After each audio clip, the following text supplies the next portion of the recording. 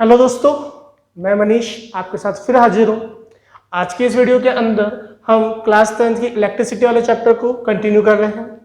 जैसा कि हमने हमारे प्रीवियस वीडियो में चार्जेस के बारे में देख लिया था और हमने देखा था कि इलेक्ट्रिसिटी का जो बेस था वो किसके ऊपर डिपेंड कर रहा था, चार्जेस के ऊपर डिपेंड कर रहा था। और हमने वहाँ पे चार्जेस के बारे में पढ़ा था कि चार्जेस क्या होता है, किसी भी मटेरियल की कॉन्स्टिट्यूट पार्टिकल की इंटेंसिक प्रॉपर्टीज होती हैं, है ना दोस्तों। और हमने क्या बोला था कि चार्जेस कितने टाइप के थे, दो टाइप के थे, एक पॉजिटिव चार्ज और नेगेटिव चार्ज। हमने ये बोला था कि सिमिलर चार्ज क्या करते हैं, रिपल करते हैं, और अपोजिट चार्ज क्या करते हैं, अट्रैक्ट करते हैं। और एक स्पेशल फीचर क्या देखा था कि चार्ज कैसे होते हैं, क्वांटिनाइज्ड फॉर्म में होते हैं। क्वांटिनाइज का मैंने मतलब क्या बताया था दोस्तों कि वो हमेशा इंटीजर नंबर की फॉर्म में ही क्या किए जाएंगे, रिप्रेजेंट किए जाएंगे। यानी कि हम कभी ऐसा नहीं बोलेंगे कि कोई आधा चार्ज होता है या 3/4 चार्ज की, हम कोई ऐसी बात नहीं करेंगे।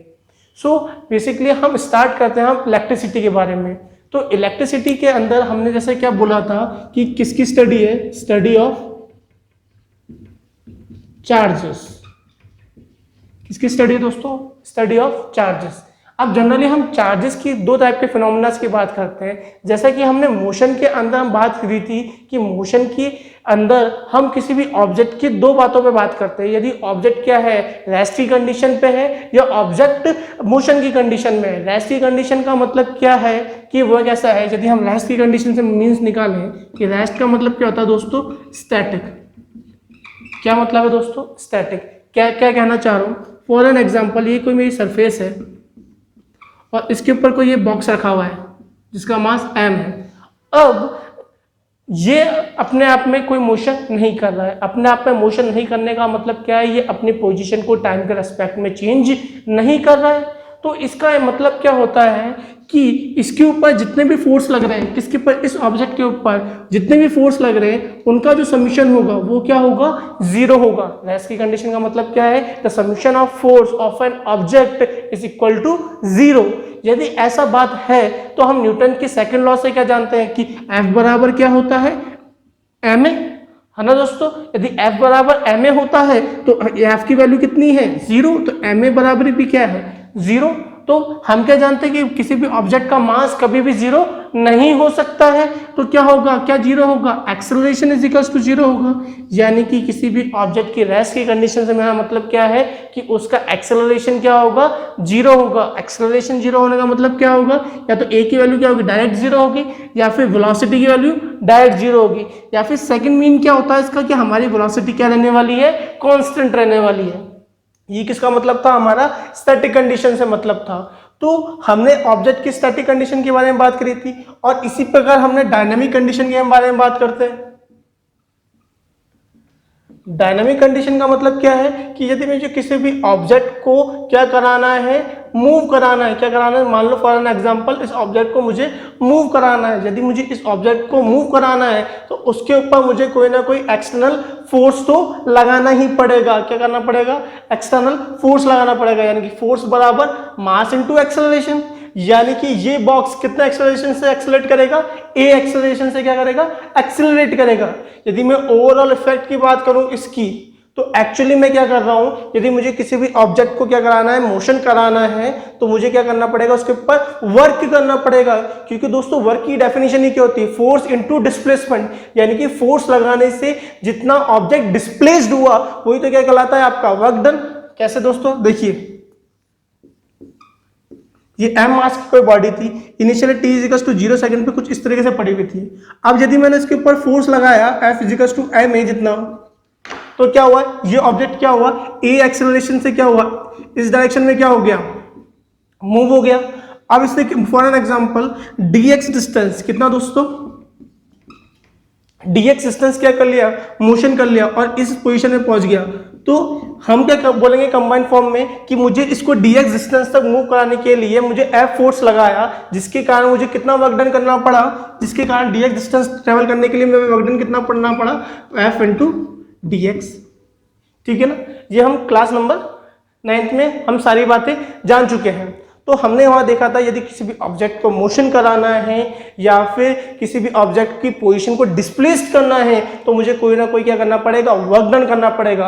वर्क डन से मीन्स क्या होता है, मुझे किसके ऊपर क्या लगाना पड़ेगा, कोई ना कोई फोर्स लगाना पड़ेगा।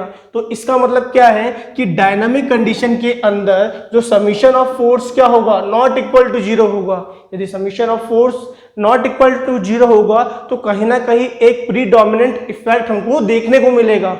प्रीडोमिनेंट इफेक्ट का मतलब क्या है, देखिए दोस्तों, इसी ऑब्जेक्ट के हम बारे में बात कर लेते हैं कि ये m मास की मेरी कोई बॉडी है।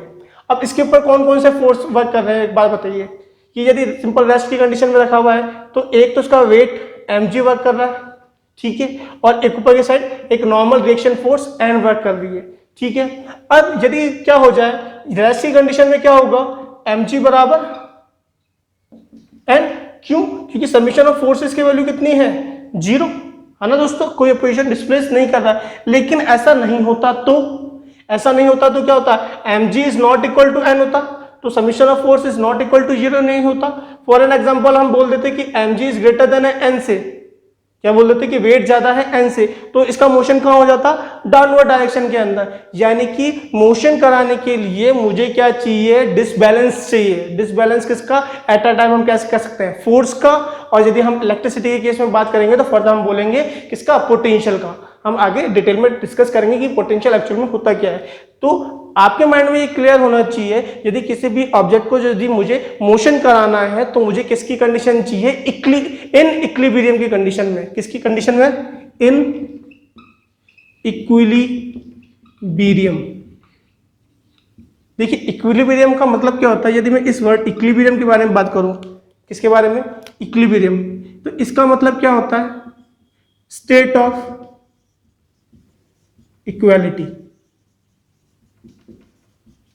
स्टेट ऑफ इक्वालिटी के बाद फॉर एन एग्जांपल बोल देते हैं कि mg किसके बराबर है, n के बराबर, तो mg कंप्लीटली किससे बैलेंस हो रहा है, n से। यानी कि यहाँ पे अभी यदि रेस्ट की कंडीशन थी तो हम क्या बोलते कि वहां पे कंडीशन किसकी फॉलो हो रही है, इक्विलिब्रियम की कंडीशन फॉलो हो रही है। लेकिन हम क्या बोल रहे हैं कि मोशन कराना, दोस्तों क्या कराना, हमको मोशन कराना है। यदि हमको मोशन कराना है तो मुझे क्या करना पड़ेगा, इनइक्विलिब्रियम की कंडीशन, यानी कि कहीं ना कहीं क्या आ रहा होगा, डिसबैलेंस की कंडीशन आ रही होगी। किसकी कंडीशन दोस्तों, डिसबैलेंस की कंडीशन आ रही होगी।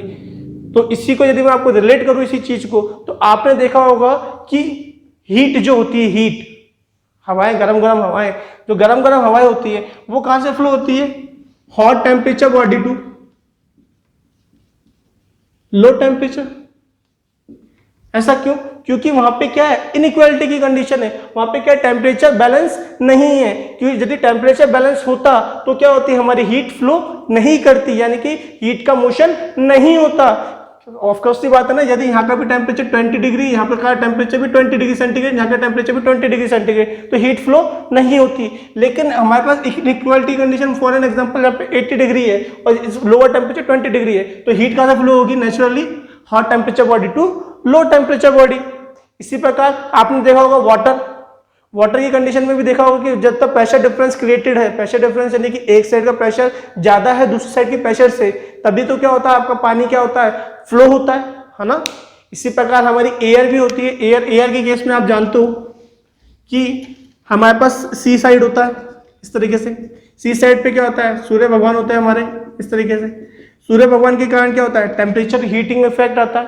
हीट टेम्परेचर के साथ, टेम्परेचर इंक्रीज होने के साथ साथ क्या होता है, यहाँ पे क्या हो जाता है, प्रेशर भी क्या हो जाता है, इंक्रीज हो जाता है। यदि ये प्रेशर इंक्रीज हो गया कहाँ पे, सी साइड में, ये कौन सी साइड है, सी साइड में, और ये हमारा है ग्राउंड साइड। यदि ये हमारी ग्राउंड साइड है तो यहाँ पे भी क्या होगा, यहाँ पे प्रेशर तो क्या होगा, एटमॉस्फेरिक प्रेशर के बराबर, और ये क्या है, एटमॉस्फेरिक प्रेशर से ज्यादा प्रेशर है, तो क्या होगा, प्रेशर का डिफरेंस क्रिएट हो गया। यदि प्रेशर का डिफरेंस क्रिएट हो गया तो एयर क्या होगी, फ्लो कर गई कहां से, हायर टू लोअर प्रेशर। ठीक है दोस्तों, तो जो जहां तक मेरी बात थी, ये बात थी कि जब भी हमको मोशन कराना है तो हमको क्या कराना पड़ेगा, इन इक्विलिब्रियम की कंडीशन को फॉलो कराना ही पड़ेगा। ठीक है दोस्तों, अब यदि मैं नेक्स्ट बात करूं हमारे टॉपिक से रिलेटेड कि इलेक्ट्रिसिटी के बारे में हम बात कर रहे हैं कि सर इलेक्ट्रिसिटी को हम किस तरीके से स्टडी करेंगे, तो इलेक्ट्रिसिटी को हम दो तरीके से स्टडी करेंगे।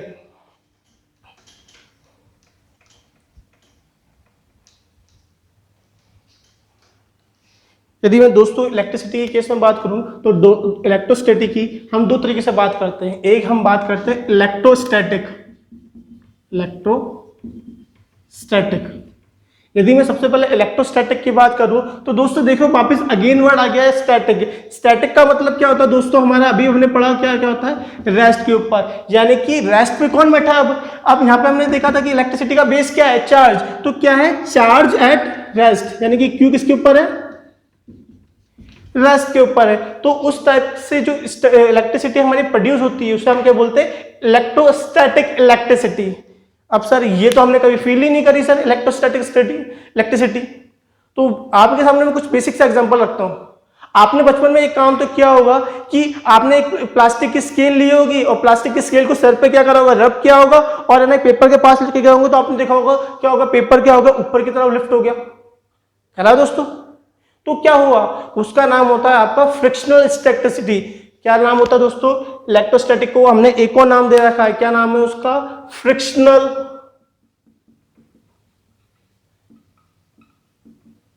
इलेक्ट्रिसिटी। तो दोस्तों सोचो, आपने जब स्केल को सर में अपने रब किया तो क्या हुआ, रबिंग के कारण क्या हुआ, कुछ एक्स्ट्रा चार्ज आपके बालों से कहां ट्रांसमिट हो गए, स्केल के पास। यानी कि स्केल पहले किसके ऊपर था, इक्विलिब्रियम की कंडीशन में था, लेकिन कुछ क्या आ गया, एक्स्ट्रा क्या आ गया, उसके पास चार्ज आ गए। अब जब उनको पेपर के पास लेके गए तो क्या वहां पे क्या देखा, डिसबैलेंस ऑफ चार्ज देखा, हाँ या ना, कि पेपर तो पहले न्यूट्रल इफेक्ट में था, अब क्या पास आपने स्केल के पास क्या है, कुछ एक्स्ट्रा चार्जेस हैं, तो जिसके कारण क्या हो गया, वो उन दोनों के बीच में क्या हो गया, अट्रैक्शन हुआ, है ना। यानी कि हम कह सकते हैं कि स्केल के पास फॉर एन एग्जांपल हमने कह दिया कैसे चार्ज आ गए, पॉजिटिव चार्ज आ गए, और पेपर के पास क्या थे, नेगेटिव चार्ज थे, जिसके कारण क्या हो गया, उन दोनों के बीच में अट्रैक्शन हो गया, और क्या हो गया, उन दोनों के बीच में क्या हो गया, वो एक फोर्स वर्क किया, जिसके कारण क्या पेपर क्या हो गया, लिफ्ट हो गया। सही बात है दोस्तों। तो वो भी क्या है, इसका किसका एग्जांपल है, फ्रिक्शनल इलेक्ट्रिसिटी का।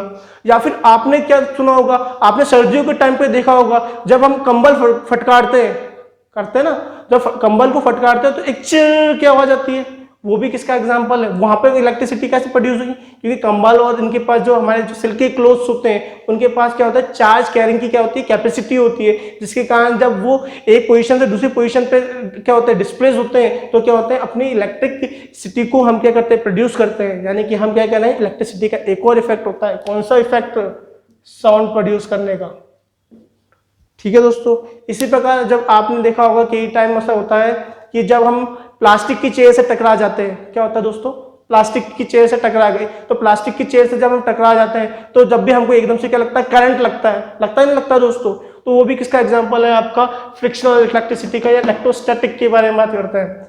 या फिर आपने क्या हुआ हो कि आप एकदम से किसी भी टकरा गए, किसी भी अनदर ह्यूमन बीइंग से टकरा गए, और आपको क्या लगा, करंट लगा। तो वो क्यों लगा करंट दोस्तों, अगेन आंसर है इलेक्ट्रोस्टैटिक, क्योंकि क्या हुआ है, हर बार क्या हुआ, चार्ज का क्या हुआ, ट्रांसफर हुआ है, और चार्ज के ट्रांसफर होने के कारण ही तो क्या हुआ, क्या प्रोड्यूस हुआ है, आपका इलेक्ट्रिक करंट प्रोड्यूस हुआ है। तो ये सब बातें किसकी थी, इलेक्ट्रोस्टैटिक के बारे में बातें थी। और जनरली इसको जो हमको पढ़ना है कंप्लीटली तो 12th क्लास में पढ़ना है, ठीक है।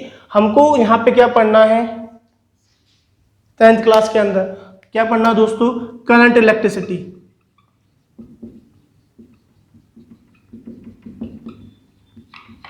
करंट इलेक्ट्रिसिटी का मतलब क्या है दोस्तों, कि क्या हो रहा होगा, यहाँ पे चार्ज अब स्टैटिक कंडीशन में नहीं है, चार्ज किसके अंदर है, यानी कि क्यू इन मोशन में है। किसमें दोस्तों, क्यू किसमें है, मोशन में है। यदि क्यू मोशन के अंदर जिस टाइप की स्टडी क्या बोला जाता है, इलेक्ट्रोडायनामिक, क्या बोला जाता है दोस्तों, इलेक्ट्रोडायनामिक की कंडीशन।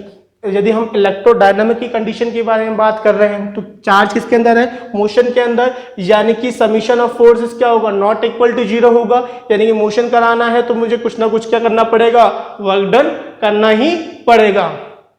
ठीक है दोस्तों, करंट इलेक्ट्रिसिटी। अब इसी का जो हमारा जो बेस्ट इफेक्ट होता है, जो हमारे घरों में जो इलेक्ट्रिसिटी आती है वो इस करंट इलेक्ट्रिसिटी के कारण ही आती है, यानी कि डायनामिक बिहेवियर के कारण, dynamic behaviour cause electric current.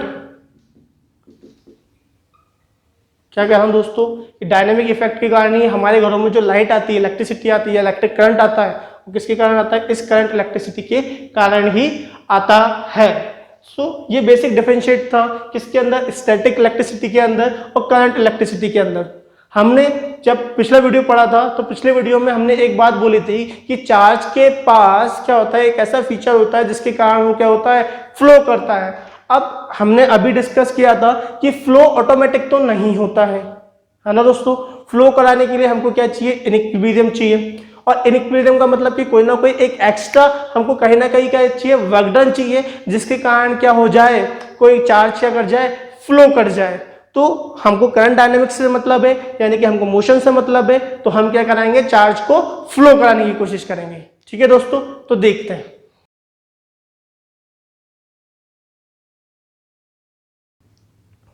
तो दोस्तों जनरली देखिए जाए तो एक्चुअल में क्या है कि कौन मोशन करने वाला है, चार्ज मोशन करने वाला है।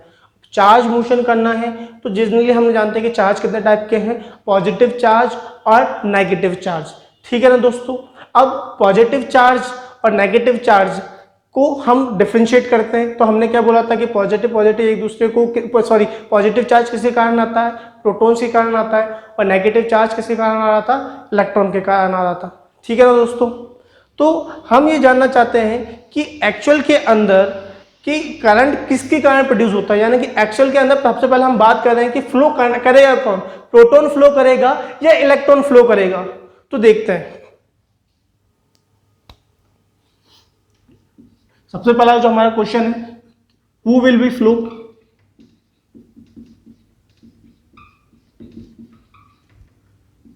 आइदर प्रोटॉन और इलेक्ट्रॉन।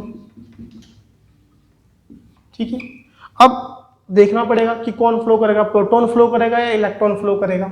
तो जनरली जो बोला जाता है, कौन फ्लो करता है, हमारा इलेक्ट्रॉन फ्लो करता है। कौन फ्लो करता है दोस्तों, इलेक्ट्रॉन फ्लो करता है।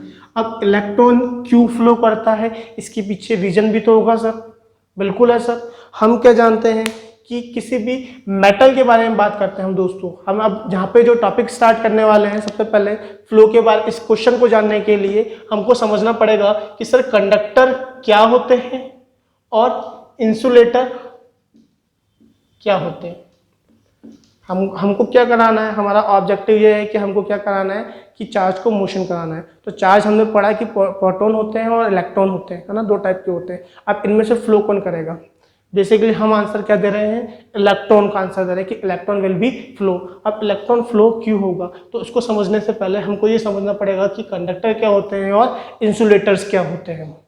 तो दोस्तों बेसिकली हम कंडक्टर के बारे में बात करें तो कंडक्टर बिल्कुल सिंपल कि क्या करें, जो मटेरियल या जो एलिमेंट्स क्या करें, इलेक्ट्रिसिटी का फ्लो इजीली होने दे अपने अंदर से, या फिर इलेक्ट्रिसिटी को इजीली क्या करें, कंडक्ट करें, उन्हें क्या बोलेंगे, कंडक्टर करेंगे।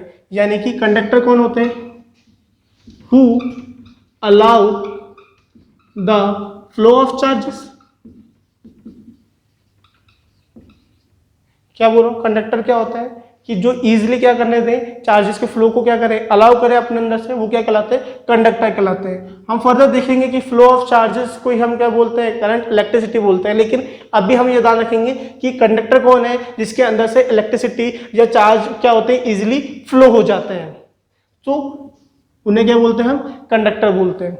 यदि ऑन द अदर हैंड बोले इंसुलेटर के बारे में बात करें तो इंसुलेटर क्या होंगे, डू नॉट अलाउ, है ना दोस्तों, do not allow the flow of charge. अब जनरली बोला क्या जाता है, जो कंडक्टर होते हैं वो जनरली क्या होते हैं, मेटल्स होते हैं। क्या, कौन से क्या चीज होती है दोस्तों, मेटल्स होते हैं। क्या होता है, मेटल्स होते हैं। और क्या बोला जाता है, जो मेटल का जो साइज होता है या फिर कंडक्टर का जो साइज होता है, कंडक्टर का कौन सा size, the size of conductor, कौन सा size, atomic size is large enough as compared to insulator। क्या बोल रहा हूं, the atomic size of conductor, the atomic size of conductor is large enough as compare to the insulator. क्या बोला गया है कि कंडक्टर का साइज जो होता है वो क्या होता है, ज्यादा होता है as compare to the insulator. देखो जनरली हम कंडक्टर के बारे में बात करें तो कंडक्टर जनरली कौन से होते हैं, मेटल्स होते हैं। तो हम देख लेते हैं एक एग्जांपल के थ्रू हम मेटल ले लेते हैं, हमने ले ली मेटल सोडियम, ठीक है, और इंसुलेटर का मैं एक एग्जांपल ले लिया, मैंने फॉर एन एग्जांपल बोरोन ले लिया, ठीक है ना दोस्तों। सोडियम का यदि हम एटॉमिक नंबर की बात करें 11, इंसुलेटर बोरोन की बात करें hydrogen, helium, lithium, beryllium, boron, यानी कि atomic number 5। Atomic structure draw करें इसका, हम जानते हैं कि इसके पास ये है, तो ये फर्स्ट ऑर्बिट, ये सेकंड ऑर्बिट, ये थर्ड ऑर्बिट, ठीक है ना, के एल एम, ठीक है ना। बोरोन का बनाते हैं,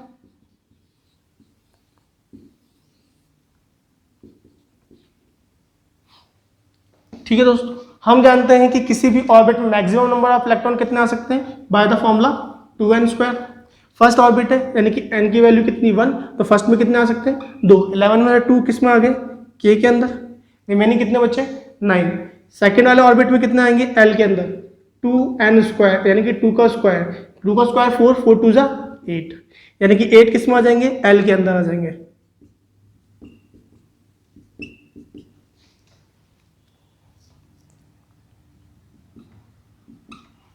देखो 8 इलेक्ट्रॉन आ गए इसके अंदर, बचा क्या 2 8 10 कितने हैं बचे 1, तो 1 किसमें आ जाएगा ये आपका आउटरमोस्ट शेल के अंदर, ठीक है।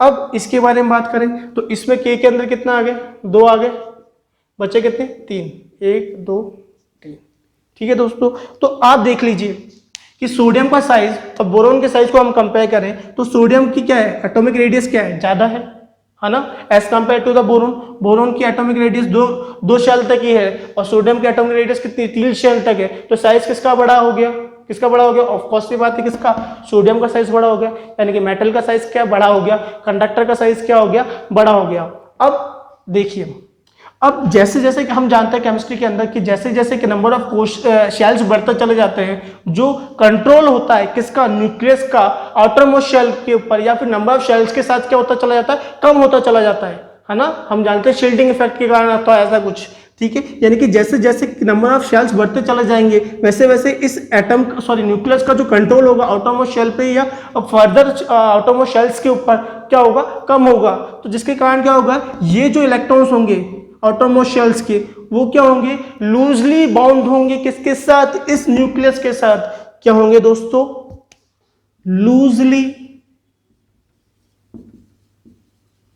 बाउंड विथ न्यूक्लियस, ठीक है ना। अब यदि ये लूजली बाउंड होंगे तो क्या होंगे, यदि मैं इसको क्या दूं स्मॉल अमाउंट ऑफ एनर्जी दूंगा, क्या करूंगा दोस्तों स्मॉल अमाउंट ऑफ एनर्जी दूंगा या कुछ भी क्या आ जाए डिसबैलेंस आएगा, क्या हो जाएगा ये इजीली क्या हो जाएगा फ्लो हो जाएंगे, इजीली क्या हो जाएंगे फ्लो हो जाएंगे। और इसी यदि ये इजीली फ्लो हो गए तो इन्हीं को तो हम क्या बोलते हैं जिसके अंदर इजीली क्या हो जाए फ्लो ऑफ चार्जेस, उसी तो हम क्या बोलते हैं दोस्तों कंडक्टर, ठीक है दोस्तों। तो इन फ्री चार्जेस के कारण ही तो क्या होता है या इन फ्री इलेक्ट्रॉन्स के कारण ही तो क्या होता है हमारा इलेक्ट्रॉन का फ्लो होता है या फिर चार्जेस का फ्लो होता है या इलेक्ट्रिक करंट प्रोड्यूस होता है। तो बेसिकली हमने यहां देख लिया कि हु विल बी फ्लो, कौन फ्लो होगा प्रोटॉन फ्लो होगा इलेक्ट्रॉन फ्लो होगा। यहाँ पे देखिए प्रोटॉन तो कहाँ होता है न्यूक्लियस के अंदर, वो तो अपनी पोजीशन छोड़ के कहीं जा ही नहीं रहा है, कौन जा रहा है इलेक्ट्रॉन जा रहा है। यदि इलेक्ट्रॉन जा रहा है तो क्या हो रहा है हमारी इलेक्ट्रिसिटी क्या हो रही है क्या हो रही है फ्लो होने वाली है। यानी कि हम बोल रहे हैं कि electric current dynamic effect of electric current के बारे में बात कर रहे हैं, तो वहां पे हम देख रहे हैं क्या बोल रहे हैं कि फ्लो ऑफ चार्जेस होगा, तो फ्लो कौन करने वाला है इलेक्ट्रॉन फ्लो करने वाला है, यानी कि इलेक्ट्रिसिटी, यानी कि हम क्या कह सकते हैं कि करंट इलेक्ट्रिसिटी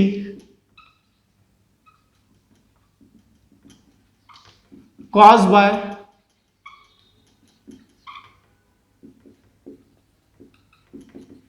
इलेक्ट्रॉन, ठीक है। अब जहां पे हम यदि हम इंसुलेटर वाले केस के अंदर बात करें तो इंसुलेटर वाले केस में देखिए एटॉमिक रेडियस क्या है कम, तो यहाँ पे क्या होगा इस न्यूक्लियस का कंट्रोल क्या होगा इनके ऊपर ज्यादा, यदि न्यूक्लियस का कंट्रोल क्या होगा ज्यादा तो इसमें से क्या होंगे इलेक्ट्रॉन इजीली बाहर नहीं निकलेंगे। यदि इलेक्ट्रॉन इजीली बाहर नहीं निकलेंगे तो हमारे चार्जेस का फ्लो नहीं होगा, यदि चार्जेस का फ्लो नहीं होगा तो वो क्या कहलाएंगे आपके इंसुलेटर्स कहलाएंगे दोस्तों। तो बात समझ में आई दोस्तों कि इंसुलेटर्स क्या होते हैं, कंडक्टर्स क्या होते हैं। यदि मैं और एग्जांपल की बात करूं, यहाँ पे मेटल्स के अलावा कुछ नॉन मेटल्स भी हैं। नॉन मेटल्स के अंदर जनरली मैं बात करूं ग्रेफाइट की, किसकी दोस्तों, तो ग्रेफाइट भी क्या है, इलेक्ट्रिसिटी का एक अच्छा कंडक्टर है ना दोस्तों। क्यों, क्योंकि ग्रेफाइट के पास क्या होता है, हेक्सागोनल स्ट्रक्चर होता है। कैसा होता है, हेक्सागोनल स्ट्रक्चर होता है, यानी कि कुछ इस तरीके का स्ट्रक्चर होता है।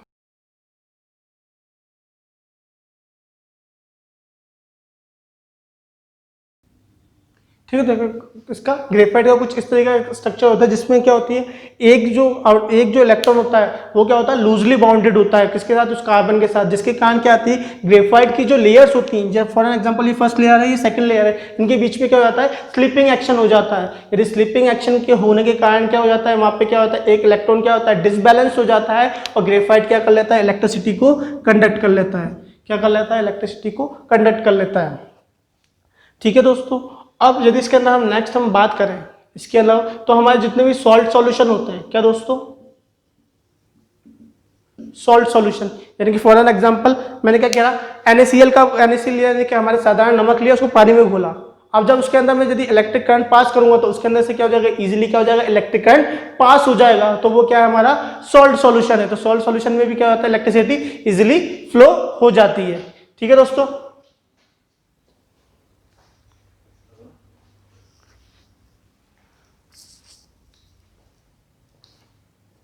तो हमारे कंडक्टर के एग्जांपल हमने क्या देखे, कुछ मेटल्स, जनरल जितनी मेटल्स होगी, यदि मेटल्स के अंदर में मोस्ट पर्टिकुलरली केसेस के अंदर बात करूं, मेटल्स के अंदर भी कुछ मैं मोस्ट पर्टिकुलरली बात करूं, तो सिल्वर जो होता है आपका, सिल्वर Ag, जो सिल्वर है वो क्या है, इलेक्ट्रिसिटी का बेस्ट कंडक्टर है दोस्तों। क्या है, बेस्ट कंडक्टर की बात करें तो इलेक्ट्रिसिटी का कौन है, सिल्वर है, मेटल्स के केस में बारे में बात किए जाए। लेकिन क्या है, सिल्वर आप क्या जानते हैं कि कॉस्टली होता है ना भाई, चांदी महंगी होती है। यदि चांदी के हम टायर बना देंगे तो वो क्या होगा, बहुत महंगे नहीं पड़ेंगे अपन को, तो हम क्या करते हैं, सिल्वर को हम यूज नहीं करते हैं। यदि मैं सिल्वर की बात करूँ, जो हमारे घरों में जनरली जो तार यूज किए जाते हैं घरों के अंदर, वो किसके, कौन से यूज किए जाते हैं, कॉपर के। तो सेकंड जो कंडक्टिविटी आती है सिल्वर के बाद, वो किसकी होती है, कॉपर की। देन कौन आता है आपका, एल्यूमिनियम, फिर कौन आता है आपका, आयरन। तो ये क्या होती है, मेटल की कंडक्टिविटी के ऊपर डिपेंड करती है कि कौन सा हमको मेटल यूज करना है, और हमको कॉस्ट भी देखना पड़ता है। तो जनरली हमारे घरों के अंदर जो वायरिंग के अंदर जो वायर्स काम में लेते हैं जनरली, उसके अंदर जो मेटल्स होता है वो कौन सा होता है, कॉपर होता है या फिर एल्यूमिनियम होता है। ठीक है दोस्तों, यदि आपने कभी मेटल वायर देखा होगा ढंग से, आपने यदि कभी ढंग से मेटल वायर देखा होगा, तो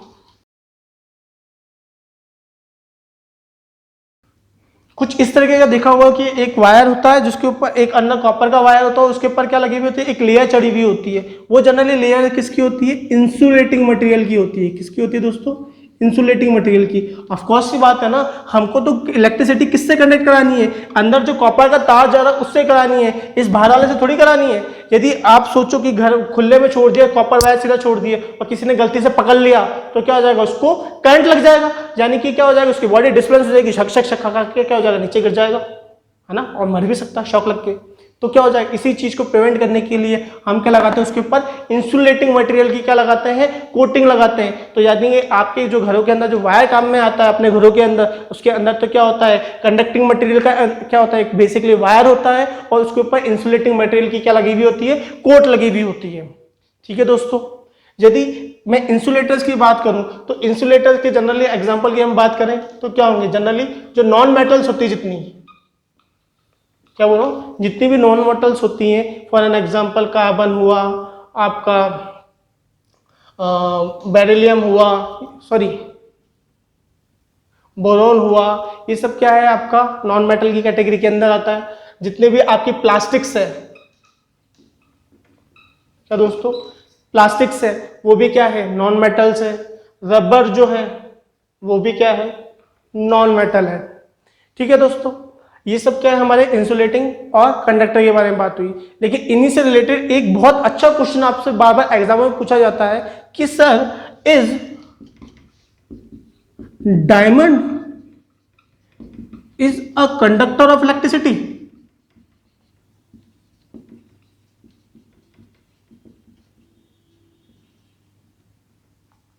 आपसे ये बार बार क्वेश्चन पूछा जाता है कि सर डायमंड क्या है, इलेक्ट्रिसिटी का कंडक्टर है क्या? तो उसका आपका जो आंसर होना चाहिए सर नो। क्यों? क्योंकि डायमंड क्या है, एक नॉन मेटल है, और क्या है, नॉन मेटल है, और उसके पास क्या है, क्रिस्टलाइन स्ट्रक्चर है, यानी कि उसका क्या है, एक फिक्स्ड लैटिक्स स्ट्रक्चर है। क्या है सर इसके पास? एक फिक्स्ड लैटिक्स स्ट्रक्चर है। यदि फिक्स्ड लैटिक्स स्ट्रक्चर है तो क्या हो रहा है, उसकी कोई उस स्ट्रक्चर के अंदर कुछ डिसबैलेंस नहीं आ रहा है, तो वो इलेक्ट्रिसिटी को कंडक्ट नहीं होने देगा इजीली, यानी कि उसके अंदर कोई फ्री इलेक्ट्रॉन अवेलेबल नहीं है जो कि इलेक्ट्रिसिटी को कंडक्ट करने में क्या ले, पार्टिसिपेट ले। तो इसलिए हमारा डायमंड क्या है, इलेक्ट्रिसिटी का गुड कंडक्टर नहीं है। तो आपसे एक बार पूछा जाता है, एक बार क्वेश्चन में पूछा गया एग्जाम के अंदर, एग्जाम में क्या क्वेश्चन पूछा गया कि आपको चेक करना है, क्या करना है दोस्तों, चेक करना है कि ये डायमंड रियल है या आर्टिफिशियल है। क्वेश्चन समझ में आ रहा है दोस्तों? क्या बोला गया कि आपको कोई डायमंड गिवन है और आपको चेक करना है कि वो रियल है या आर्टिफिशियल है। तो आप उसको चेक कैसे करेंगे? फॉर एन एग्जाम्पल ये मैंने डायमंड बोल दिया, अब मुझे नहीं पता ये रियल है या आर्टिफिशियल है। यदि रियल होगा तो क्या होगा, इलेक्ट्रिसिटी को कंडक्ट नहीं करेगा क्योंकि फिक्स इलेक्ट्रिक स्ट्रक्चर है, और आर्टिफिशियल होगा तो क्या होगा, इलेक्ट्रिसिटी क्या हो जाएगी, कंडक्ट हो जाएगी।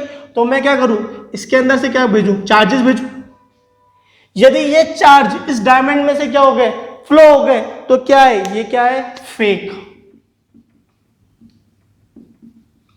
क्या बोल रहा हूं, यदि ये चार्ज इस डायमंड में से फ्लो हो गए तो ये क्या है, फेक। क्योंकि रियल डायमंड में से तो क्या होंगे, चार्जेस फ्लो ही नहीं होंगे। यदि चार्जेस फ्लो ही नहीं होंगे तो हमको करंट मेजर होगा ही नहीं, यानी कि इलेक्ट्रिसिटी पास होगी ही नहीं। तो इन दिस वे आप क्या कर सकते हैं, डायमंड को चेक कर सकते हैं कि वो रियल है या आर्टिफिशियल है। ठीक है दोस्तों, समझ में आया? यानी कि हमने पहला क्वेश्चन का आंसर ले लिया कि कौन फ्लो होने वाला है, इलेक्ट्रॉन फ्लो होने वाला है। इलेक्ट्रॉन क्यों फ्लो होने वाला है, क्योंकि मटेरियल के स्ट्रक्चर के अंदर एक जो आउटरमोस्ट के जो इलेक्ट्रॉन होते हैं वो लूजली बाउंड होते हैं, किसके साथ, न्यूक्लियस के साथ। और न्यूक्लियस के साथ वीकली बाउंड होने के कारण क्या करते हैं, यदि छोटा सा भी डिसबैलेंस आता है तो वो इलेक्ट्रॉन क्या होता है, अपने ऑर्बिट को छोड़ के बाहर चला जाता है और इलेक्ट्रिसिटी को क्या कर देता है, कंडक्ट कर देता है।